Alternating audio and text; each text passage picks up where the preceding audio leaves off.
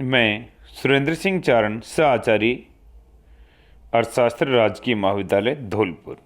आज हम देखेंगे सहसंबंध कि जब दो चर मूल्यों में इस प्रकार का संबंध हो कि एक में कमी या वृद्धि होने से दूसरे में उसी दिशा में या विपरीत दिशा में परिवर्तन हो तो वे दोनों सहसंबंधित कहलाते हैं। यानी एक बढ़े दूसरा बढ़े या घटे, या एक घटे तो दूसरा घटे या बढ़े, यानी उसी दिशा में परिवर्तन हो या विपरीत दिशा में परिवर्तन हो तो उनको दोनों को सहसंबंधित माना जाता है। अर्थात दो संबंधित समक श्रेणियों में साथ साथ परिवर्तन होने की प्रवृत्ति हो तो सहसंबंध या सहविचरण कहलाते हैं। इस सिद्धांत का प्रतिपादन सर्वप्रथम फ्रांस के खगोल शास्त्री ब्रावे ने किया था, परंतु इस सिद्धांत को विकसित करने व आधुनिक रूप देने का श्रेय प्रसिद्ध प्राणीशास्त्री फ्रांसिस गाल्टन व कार्ल पियर्सन को प्राप्त है। इसे कार्ल पियर्सन का सहसंबंध गुणांक भी कहते हैं। सहसंबंध के प्रकार कि सहसंबंध धनात्मक या ऋणात्मक सहसंबंध कि जब दो चर मूल्यों में एक ही दिशा में परिवर्तन होता है, अर्थात एक में वृद्धि या कमी होने पर दूसरे चर में भी वृद्धि या कमी होती है तो श्रेणी में धनात्मक सहसंबंध होगा। यानी एक बढ़े तो दूसरा बढ़े, एक घटे तो दूसरा घटे, यानी उसी दिशा में परिवर्तन हो तो उसे धनात्मक सहसंबंध कहते हैं। और जब एक चर मूल्य में एक दिशा में परिवर्तन हो और दूसरे में संबंधित श्रेणी में के चर मूल्यों में विपरीत दिशा में परिवर्तन हो तो उसे ऋणात्मक सहसंबंध कहते हैं। यानी एक बढ़ेगा तो दूसरा घटे, या एक घटे तो दूसरा बढ़े, विपरीत दिशा में परिवर्तन हो तो उसे ऋणात्मक सहसंबंध कहते हैं। रेखीय तथा वक्र रेखीय सहसंबंध यदि दो चर मूल्यों के परिवर्तनों का अनुपात स्थायी होता है तो उनका सहसंबंध रेखीय कहलाता है, और जब दो चर मूल्यों के परिवर्तनों का अनुपात अस्थिर या परिवर्तनशील होता है तो उनको सहसंबंध को वक्र रेखीय कहते हैं।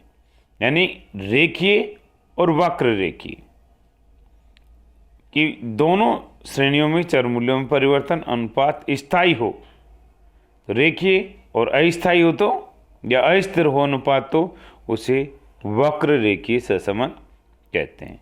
देखते हैं हम सरल, बहुगुणी व आंशिक सहसंबंध। सरल के जब दो चर मूल्यों में सहसंबंध को सरल सहसंबंध कहते हैं। बहुगुणीय है कि दो या दो से अधिक अनाश्रित चर मूल्यों में एक आश्रित चर मूल्य पर सम्मिलित प्रभाव का अध्ययन किया जाता है तो बहुगुणीय सहसंबंध कहलाता है। आंशिक इसके अंतर्गत दो से अधिक चर मूल्यों का अनुपात किया जाता है, अध्ययन किया जाता है, परंतु अन्य चर मूल्यों के प्रभाव को स्थिर रखकर केवल दो चर मूल्यों के पारस्परिक संबंध को निकाला जाता है। तो ये थे सरल, बहुगुणी और आंशिक। अब देखते हैं सहसंबंध के परिमाण। सहसंबंध के परिणाम पूर्ण सहसंबंध कि जब दो चर मूल्यों के परिवर्तन समान अनुपात में तथा एक ही दिशा में हो तो उनमें पूर्ण धनात्मक सहसंबंध होता है। ऐसी स्थिति में सहसंबंध का मान +1 होता है। इसके विपरीत यदि दोनों चर मूल्यों के परिवर्तन समान अनुपात में परंतु विपरीत दिशा में हो तो उनमें पूर्ण ऋणात्मक सहसंबंध होता है और सहसंबंध गुणांक का -1 होगा। सहसंबंध की अनुपस्थिति यदि दो श्रेणियों में पारस्परिक आश्रितता बिल्कुल ना हो जाए तो एक में परिवर्तन का दूसरे पर कोई प्रभाव न हो तो उनमें सहसंबंध का अभाव पाया जाता है तथा सहसंबंध गुणांक 0 होता है।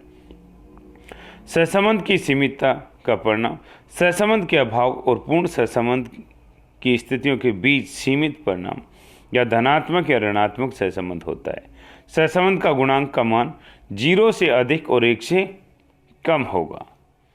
यहाँ हमने एक तालिका दे रखी है कि इसमें पूर्ण धनात्मक सहसंबंध +1, पूर्ण ऋणात्मक सहसंबंध तो -1। अगर उच्च सहसंबंध है तो 0.75 से और 1 के बीच अगर मान होगा तो पूर्ण उच्च सहसंबंध होगा। प्लस में होगा तो धनात्मक उच्च सहसंबंध और माइनस में हुआ तो ऋणात्मक उच्च सहसंबंध। मध्यम सहसंबंध यदि सहसंबंध का मान 0.25 से 0.75 के बीच में होगा तो प्लस में हुआ तो उसको मध्यम धनात्मक सहसंबंध और माइनस हुआ तो मध्यम ऋणात्मक सहसंबंध। निम्न सहसंबंध में 0 से लेकर 0.2 तक मान होगा, और यदि सहसंबंध का मान 0 होगा तो ऐसी स्थिति में सहसंबंध की अनुपस्थिति मानी जाती है।